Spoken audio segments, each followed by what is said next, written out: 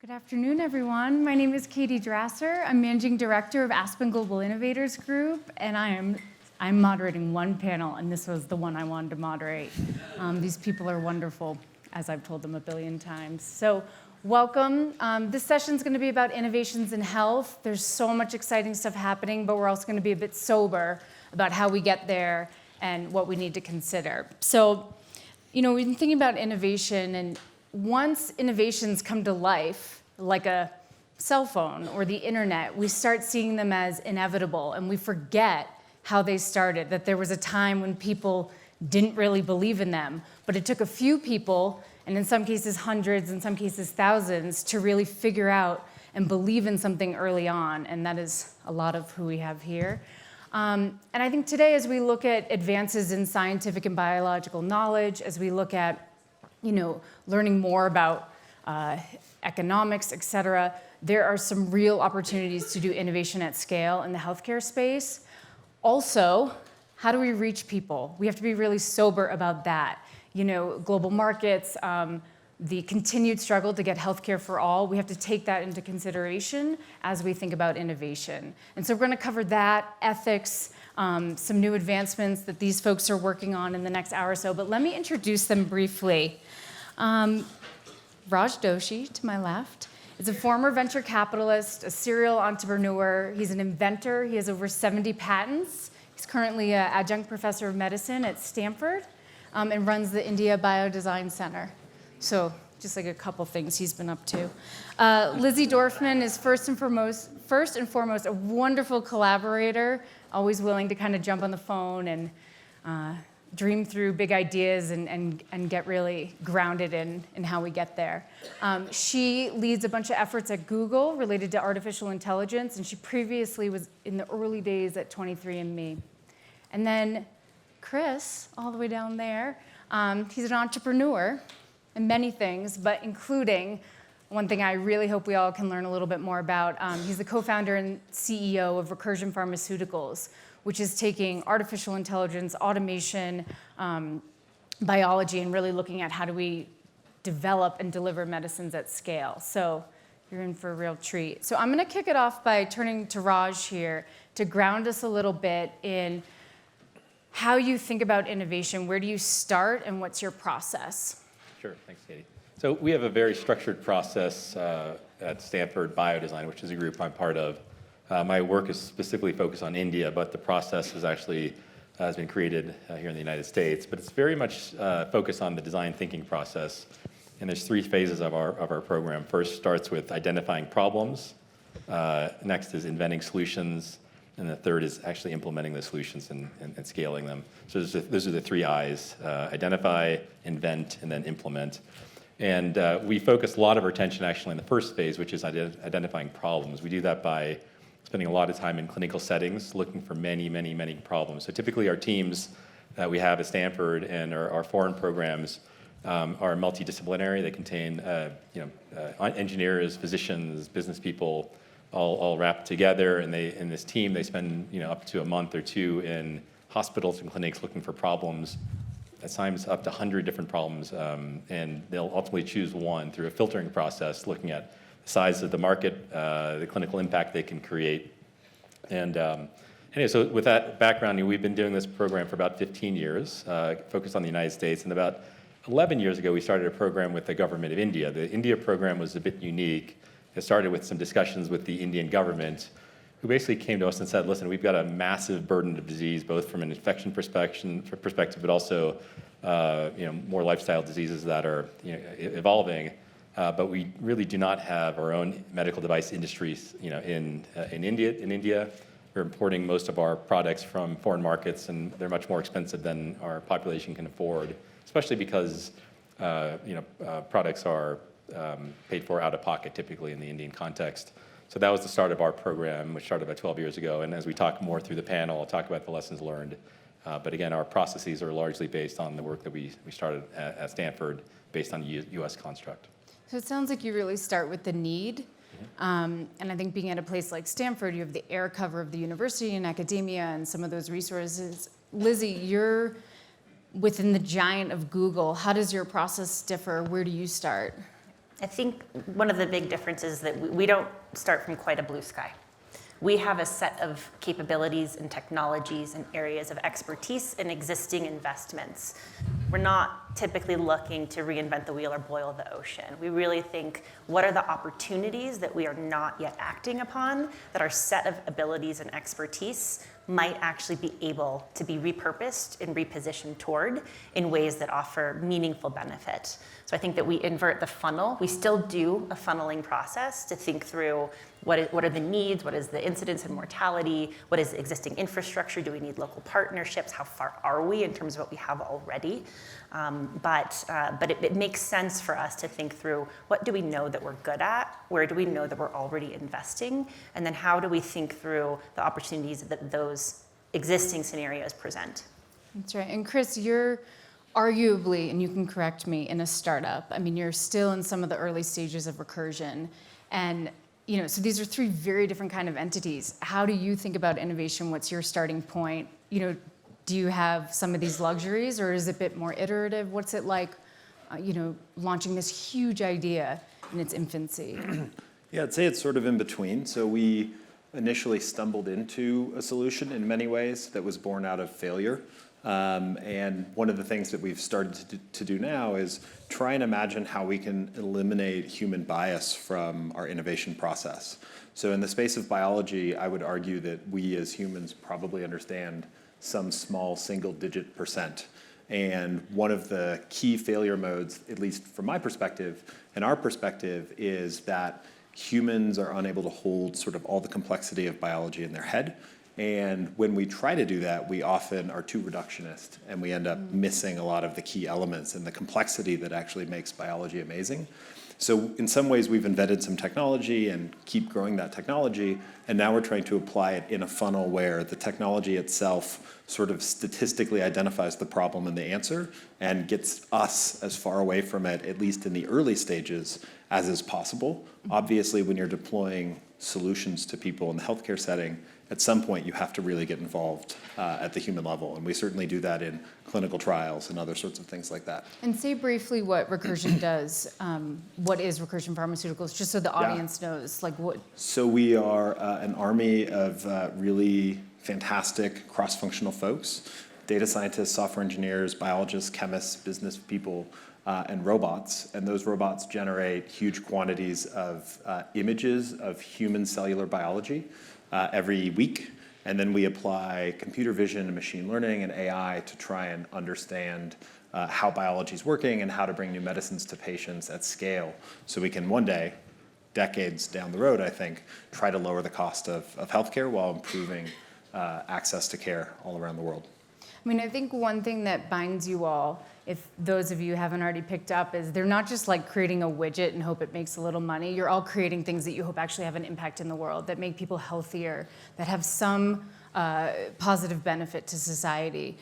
But, and Lizzie, hearing you talk, I think, innovation, I think by its definition is something new, but it sounds like at Google, some of what you're doing is repurposing, and I've heard you talk about the concept of explorer versus exploiter. Can you just dig into that a little bit more and share with us what that means and what we miss by always looking for something new?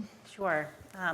There was a paper that came out a couple of years ago that was just like so eye-opening for me, that had taken over 200 years of patents that were filed.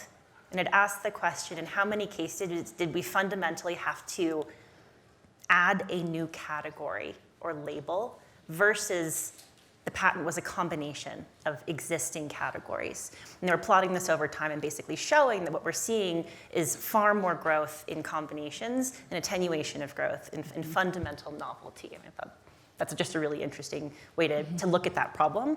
And for me, one of the things that I've found to be true over the course of my career is that I get really excited about ways to bring multiple technologies together or to watch changes in the price point of a technology open up new avenues. So when I started at 23andMe in 2008, they were eye on the prize of the price point of genotyping. Is it going to get to a price point where you could do this at scale and sell it as a consumer product? And then they had to figure out, okay, but what is the consumer product? Is it about ancestry? Is it about health? Is it about research? Lots of pivots around those things. At Google, one of the things that I think excites me the most is that we have such diverse teams of people. There's people who are pure computer vision, machine learning experts. We have people who think about scale. We have people who think about human-computer interaction and user experience and how to develop a really sticky experience and how to do user research. And increasingly, we're starting to bring in people who have more domain expertise in healthcare and engaging extensively with partners. Because to your point, I think the remaining problems in the world are fundamentally interdisciplinary problems. I love the D School and similar approaches at Stanford that say, like, we're literally going to get different roles represented around a table who can pivot around this problem. So I don't know if that spoke to your question, but I really think that increasingly we don't have to, although there still can be fundamental innovation, but it doesn't have to, that's not the only way to achieve innovation. I mean, Chris, if my memory serves, the part of how you got started, you mentioned you had this sort of accidental start. It was a repurposing of something, a drug or something that was supposed to be for something else, and you realized it could be applied elsewhere. Is that right? Can you tell us more about that? Yeah, essentially. So we were in an academic setting, actually one of these sort of medical schools that we just heard about, and exploring a rare disease, and thought that we could actually use statins to treat this disease. And it was at the end of a decade of work, and we were pretty confident that this was going to work, and we unblinded ourselves from the study, and it turns out we actually made the disease worse in the animal model. And that was, I think, a pretty humbling moment. We actually founded the company, though, still around repurposing. So it was a little bit of this idea of exploiting. We were just doing repurposing in the context of robots and computers helping us make better decisions. And to the earlier point, I think part of it is having both of those things, right? In our company, we have teams where people are pretty focused on exploiting some of the things that we've already spent the money to build.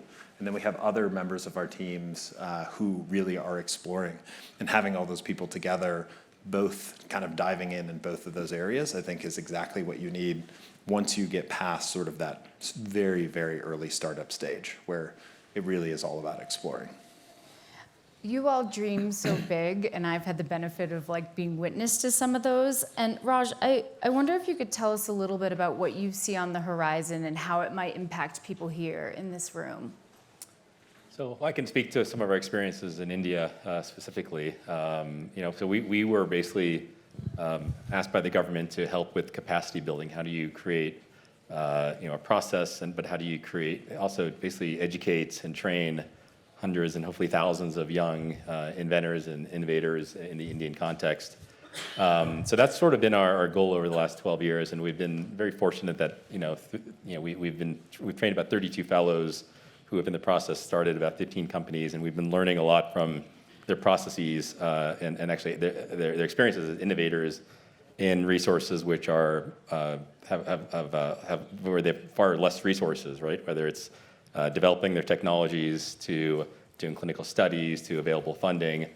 So we learned a lot, and in some ways those lessons are now being transferred to our other programs based at Stanford, because the lessons learned have been around, okay, you can actually do a lot with less if you're being very thoughtful about your innovation process. So I think that's one of the biggest learnings from our India program, is that you can make a fundamental difference in various conditions, but you can do it certainly in a less resource environment. In some cases, we're actually seeing that some of these companies that have been formed in India are actually coming back and serving the needs of the US population as well. What about you, Lizzie, at Google? Yeah, I'd love to And tell just you, in general. Yeah, so I'd love to tell you about a specific project. I cannot take any personal credit for it, but I think we're at the point now where we're scratching the surface of what it might be able to do, maybe even for people in this tent. So I'm going to start with a very short story. My dad is a semi-retired neurologist, and he, if I may say so, is a wonderful clinician, but no one ever has and no one ever will call him a technophile. For the holidays last year, I bought him a Google Home Mini. And I had every expectation that this was going to be used almost exclusively as a kitchen timer. But as I was setting it up with him and showing him how to check the weather, play a song, look up a fact on the internet, he stilled and turned to me and he said, "This thing understands what I'm saying to it. Can this help me communicate with my patients who are losing their ability to speak?" And I got chills, and I couldn't tell him because it wasn't public yet, but I knew that we believed the answer to that question to be yes. Google has a number of voice-controlled products, Google Assistant, Google Translate, even Google Search. And they do not work very well for people who have any form of speech impairment. If you have a stutter, if you've had a stroke, if you are affected by diseases like ALS, it is very unlikely that these will work as intended for you. But it's also the case that in many instances, people's families and caregivers can continue to understand them even after they've had their stroke or they have received their diagnosis. And a way to reframe that is that impaired speech is just a different form of speech. And that if it's possible for humans to understand impaired speech, it is very likely that computers can also learn to understand impaired speech. So we have a project that we just announced. It's called Project Euphonia, which the Euphonia was a talking machine from the early 19th century. The first application that we're focused on is people who have ALS, and being able to improve the speech recognition ability to allow things like real-time dictation so that they can speak into the phone and the phone can show someone else what they just said, and to allow devices that are speech controlled to better react so that as people are needing more help, they're able to live more independently and utilize technology better. And for me, this is just one of the most exciting things that we're working on. And it's a very, very narrow pivot from the core Google Home, voice-controlled, turn on the lights. That's amazing. Chris, you use this term that I find very poetic, and I'll be very honest, I have no idea what it means, called radical biointelligence. Can you just share what that is and what might be on the horizon with that concept?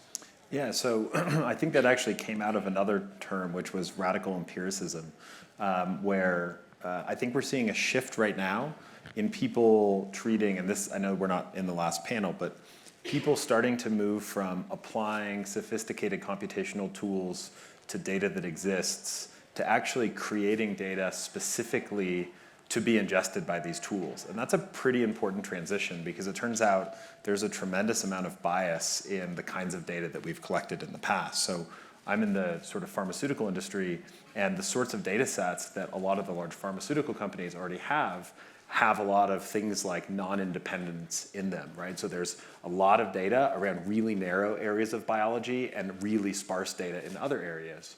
And so one of the things that we and others are doing are trying to actually sort of more uniformly and sparsely fill this huge complex matrix and have a little bit less sort of density in some areas and sparseness in others.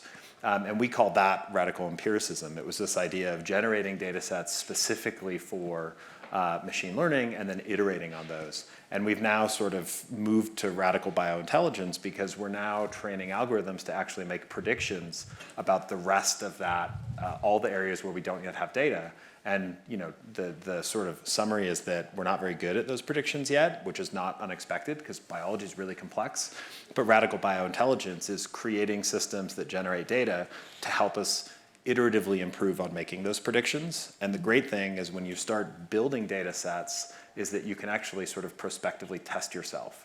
And so this isn't just in the area of bio and pharma, but I think all across industries you're seeing in autonomous vehicles and others that people are creating data sets, even simulating data sets to try and train machine learning models. And this feels like a really big shift, at least in my mind. Can you just ground us really quick in a very practical example of what might come from this? Sure. So that might relate to folks in this room or, you know. On like a 5 or 25-year horizon. Oh, you decide. I'll do 5 because otherwise it'll sound crazy.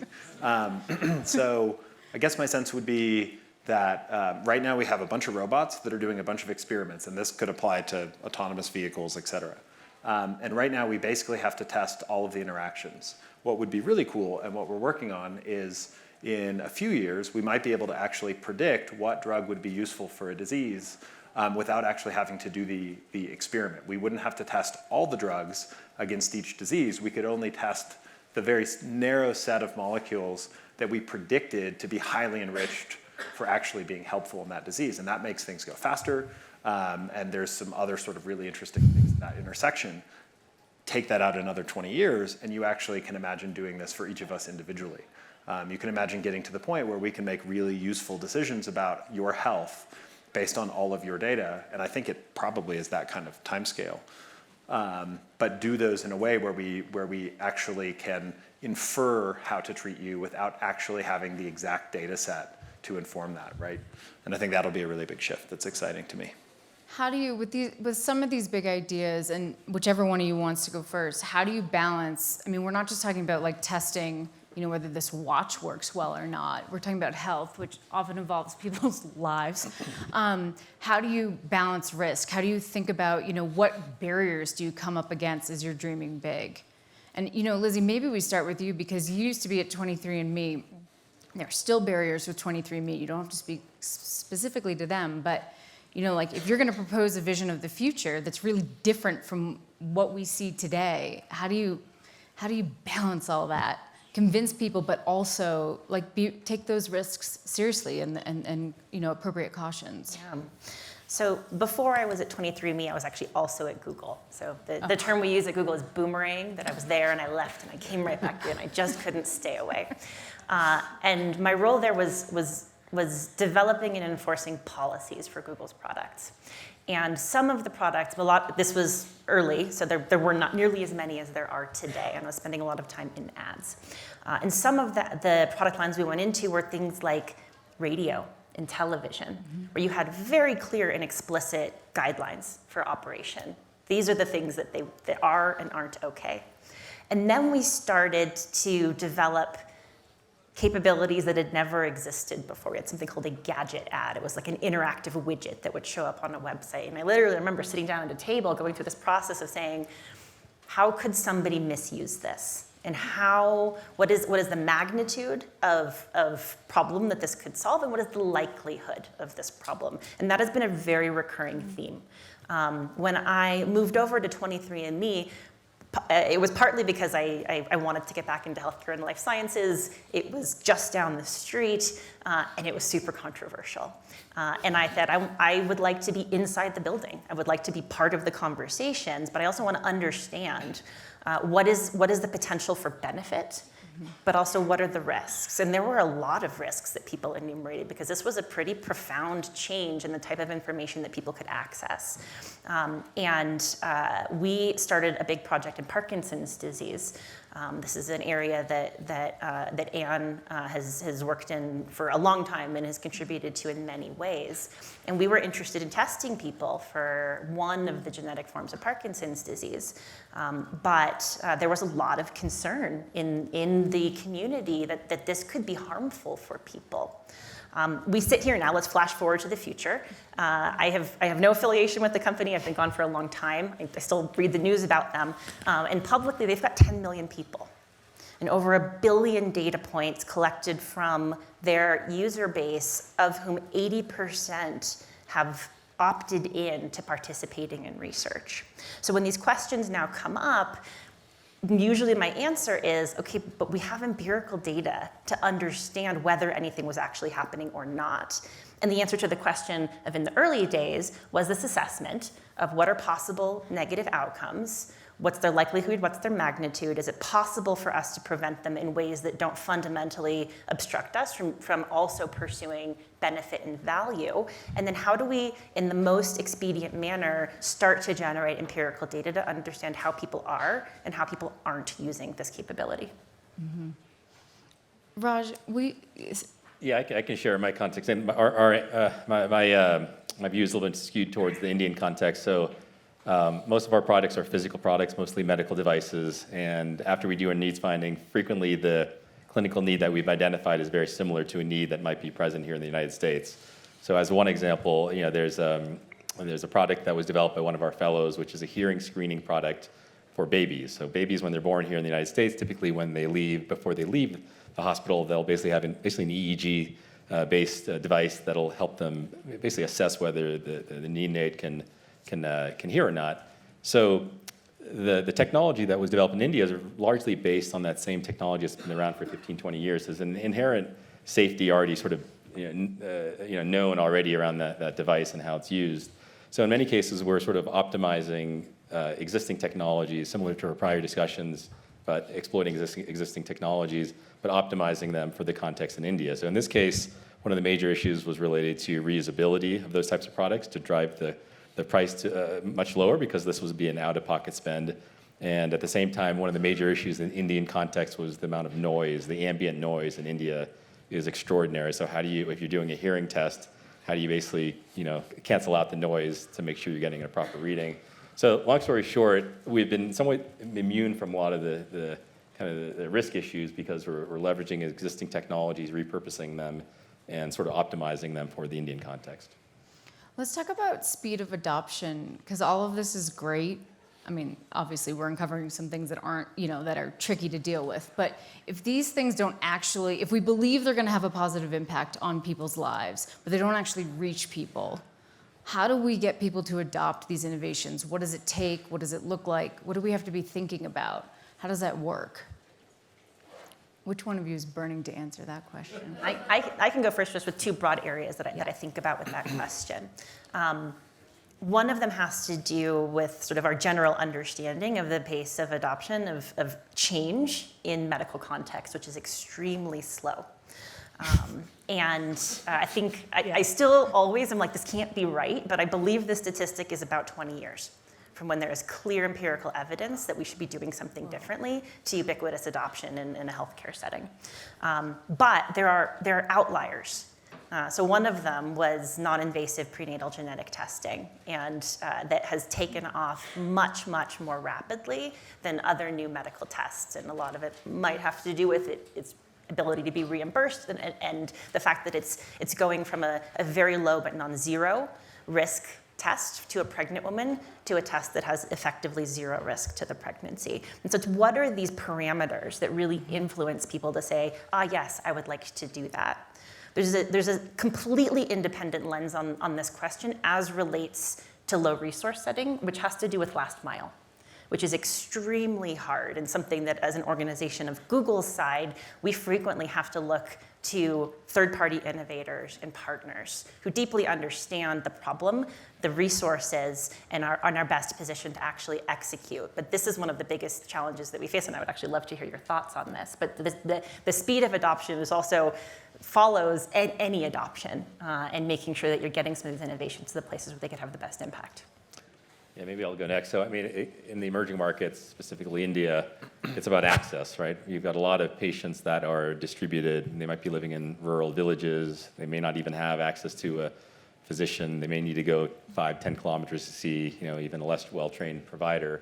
So the question is, if those are the folks who are most in need, how do you enable your product and your service to get to those folks? And what we've recognized is that the government is the critical partner here, both to make the product available, right, to train the providers that would enable the use of that product, but ultimately to pay for it. Again, because in India, especially as you go to the lower economic strata, there's a reliance on the government to pay for, these patients. So we've working more and more with the government, and as we do that, we realize there's significant impediments for, even though it's really to the benefit to the government to hit their various metrics, whether it's infant mortality or other really important metrics that the government wants to hit. There's very significant challenges or obstacles in place, both at the state level where health decisions are made, but also at the central government level as well. So we're actually working with them specifically on how do you change processes within the government that enable procurement of new technologies. And if you're able to do that, then the access issue is solved, and the scaling and the impact will follow. What about you, Chris? Yeah, I mean, I think we think around what are the bottlenecks, and in our case, the major bottleneck, and it's a useful and good one that should absolutely be a bottleneck, is the regulatory framework. So the FDA in the US exists importantly to make sure that we're taking things to patients and proving pretty rigorously, not perfectly, but pretty rigorously, that they're safe and effective before we take them. And so one of the things that we think about is how do we shortcut that process, because that's going to take a decade or more to sort of shift. And so one of the things we started in is the area of repurposing, where we already know that there's some molecule that's maybe been proven to be safe. And so we can take a big chunk of the sort of slowness out of the loop. And that's one of the things that we try to think about pretty frequently is how do you find those big systemic hurdles and then just go around them, but in an ethical way. Right. I've heard you mention before, Chris, that if you all were to succeed and I hope you do in many ways, but if you do, that you actually could identify treatments for diseases that are fairly neglected. And you have found a way to do this at a lower cost. Can you say a little bit more about that? That there's an economics to the way you do this. Right. That makes it possible to actually find treatments to otherwise neglected diseases. Yes, I don't know if folks realize this, but the statistics suggest that today it takes about $2.6 or $2.7 billion worth of investment to discover, develop, and bring to patients a new medicine. And I assumed that we've been getting better, but it turns out we're at the end of a 40-year trend of declining efficiency. So it's actually 10 times more expensive today, despite all the technology we have in the world, to find a new medicine. And so sort of the core ethos of the company was, how do we build a discovery capability that scales? How do we not build a bespoke system that is going to be useful once? How do we actually build something that could be useful 100 or 1,000 times? And that takes a lot more investment and a lot more risk, I think, up front. But in the healthcare space, it's really necessary so that we can bring these sorts of costs down. So essentially what we're trying to do is develop a repeatable and robust process system, robots, machine learning algorithms, things that scale to do discovery really broadly. We're aggregating all of our data over time, and there are others doing this in other areas of healthcare. It's not just us, but aggregating that data to try and actually get to the point where we have somewhat of a network effect, where every new area of biology we go after should be easier than other areas on average that we've explored in the past, because we have all of this data to inform us in our predictions. And so what that means is that we can go after rare diseases, and we can try and decrease the failure rate, so that if you could bring the cost of, and it's amazing, if you actually ask the industry, right now it's 90% of programs of drugs that go into clinical trials fail. And if you said, like, what does success look like?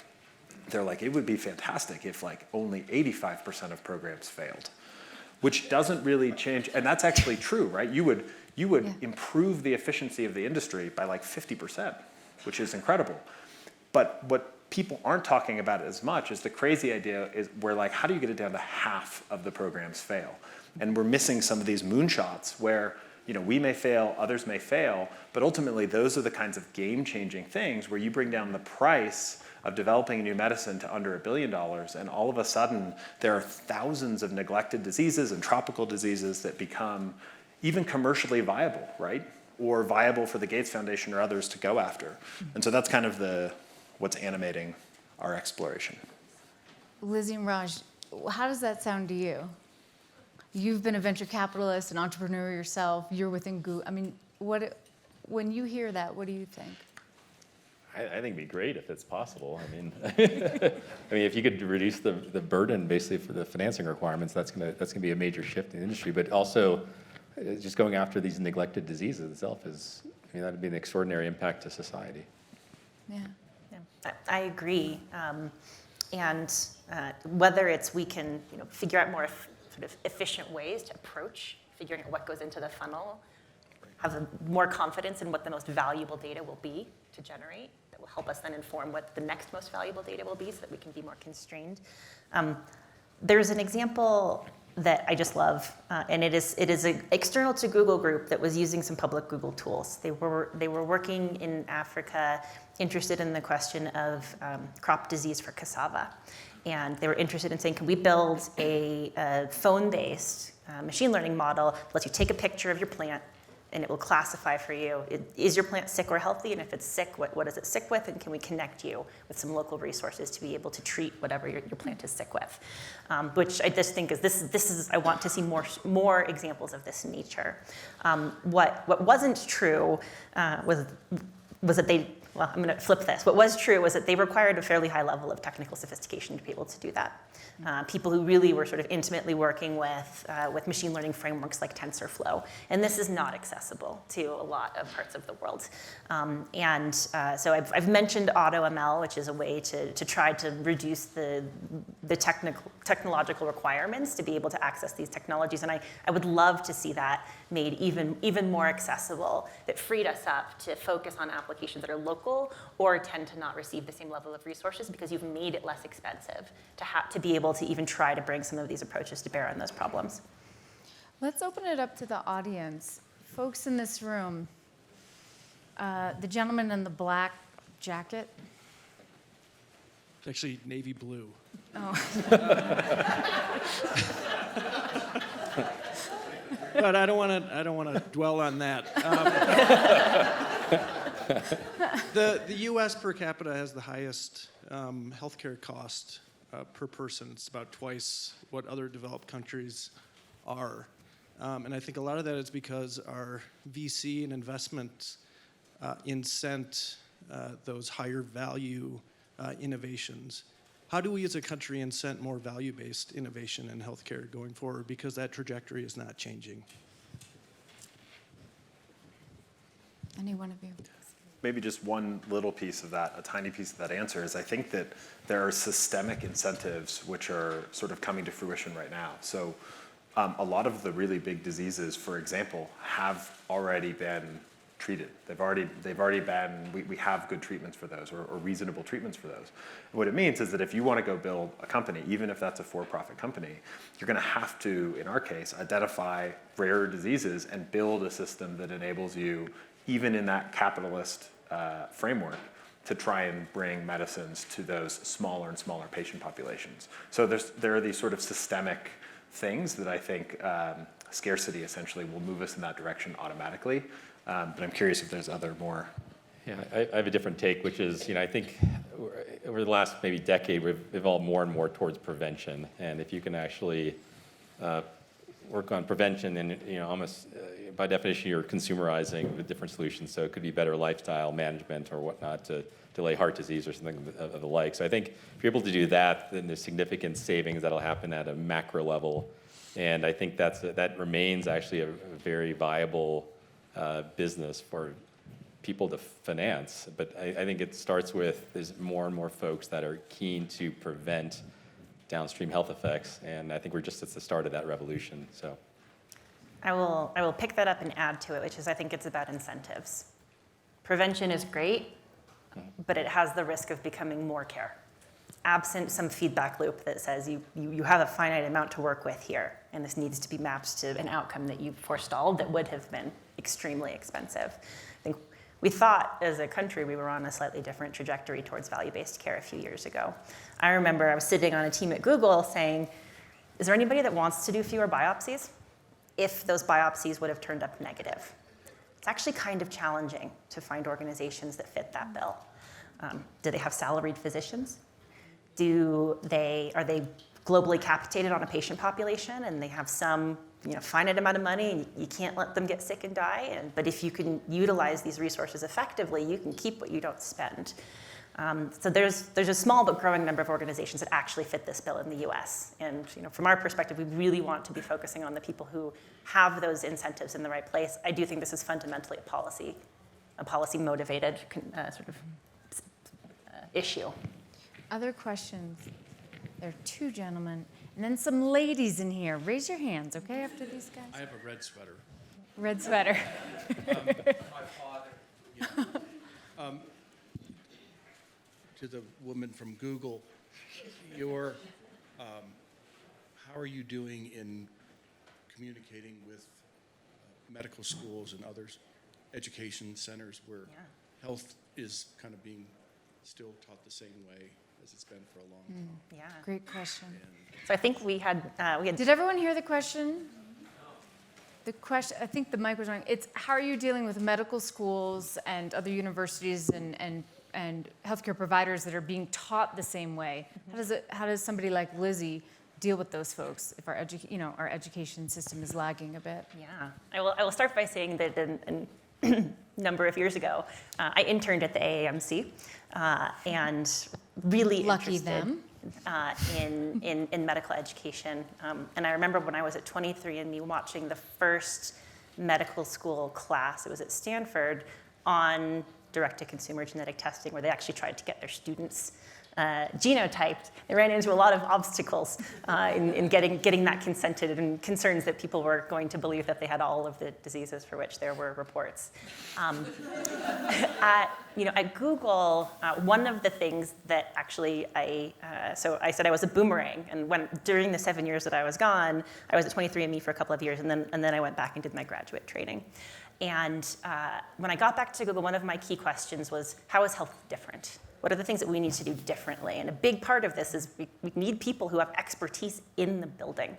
And actually helped to start a program where we would bring in medical students and people in residency, all the way through people who'd completed and were practicing clinicians, to get them in the building. And there's actually an increasing number of them that are enthusiastic about opportunities that will let them utilize their clinical expertise, not directly full-time by practicing medicine, but by helping to inform and accelerate some of these technological opportunities.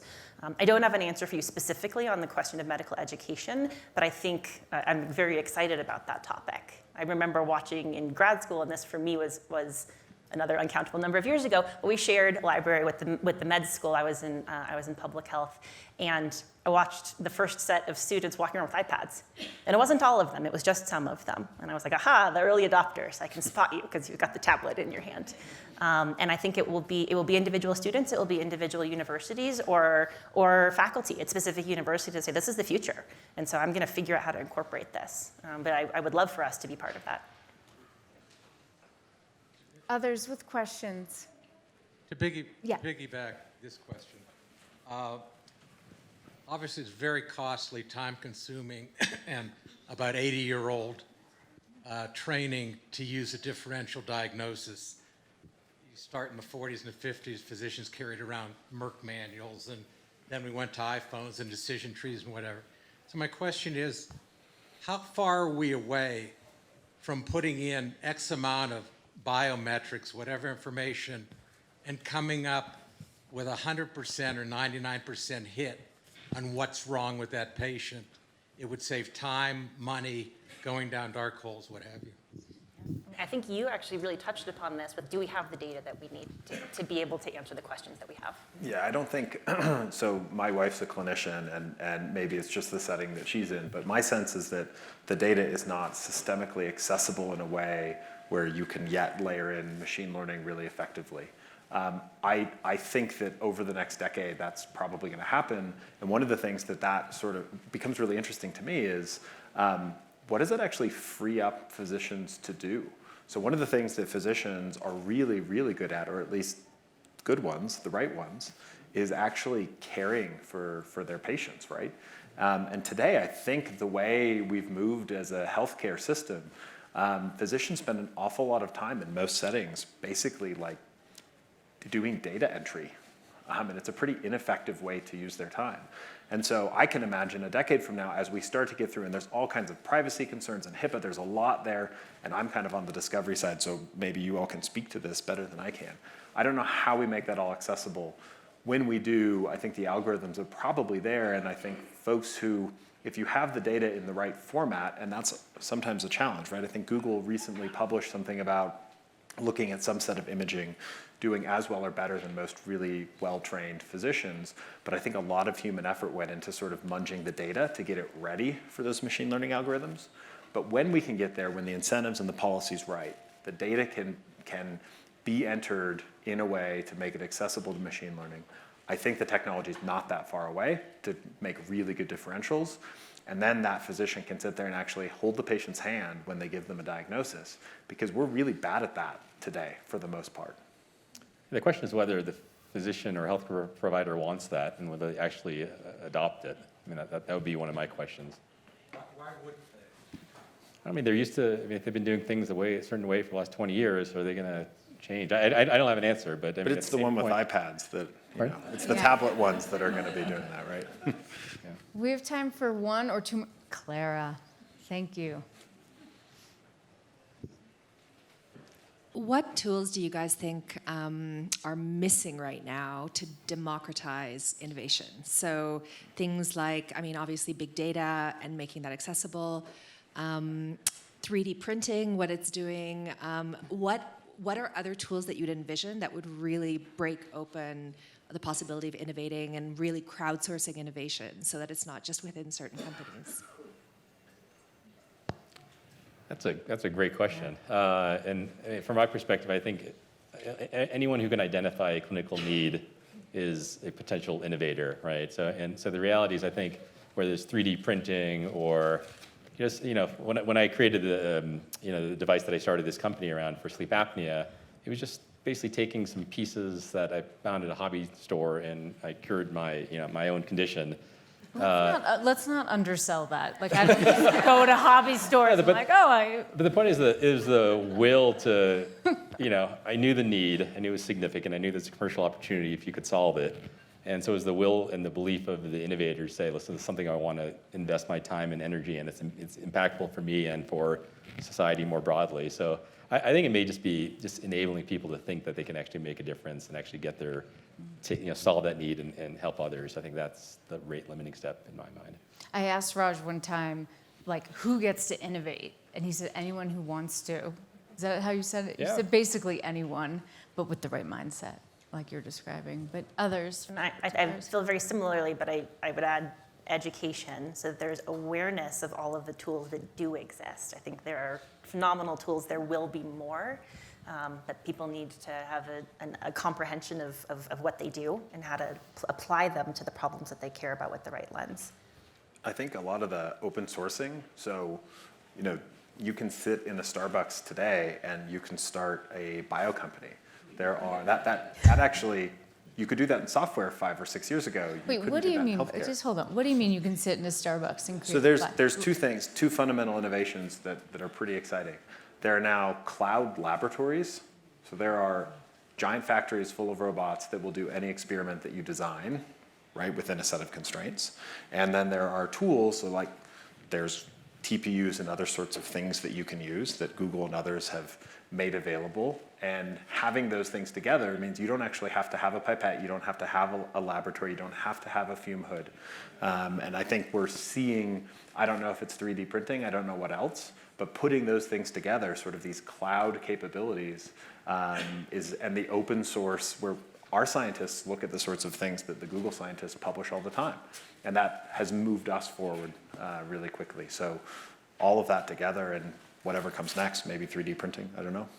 Well, and I think, you could sit in a Starbucks, and it sounds like that has happened, but also I've been to your biodesign center, and it's amazing to see what you've been able to do with innovators from around the world by giving them a few resources and some, inspiration on how you shift your mindset, what you're able to create out of there. There's also space for laboratories to like really support people in that Did I innovation. change my answer, actually? Yeah, sure. So actually, I think the number one thing is probably mentorship. If you actually have someone who's done something similar before and is willing to share their insights and guidance, probably over a multi-year process, that is the single most important thing for any first-time innovator. Well, we're out of time, but I want to thank you all for coming and thank all of you.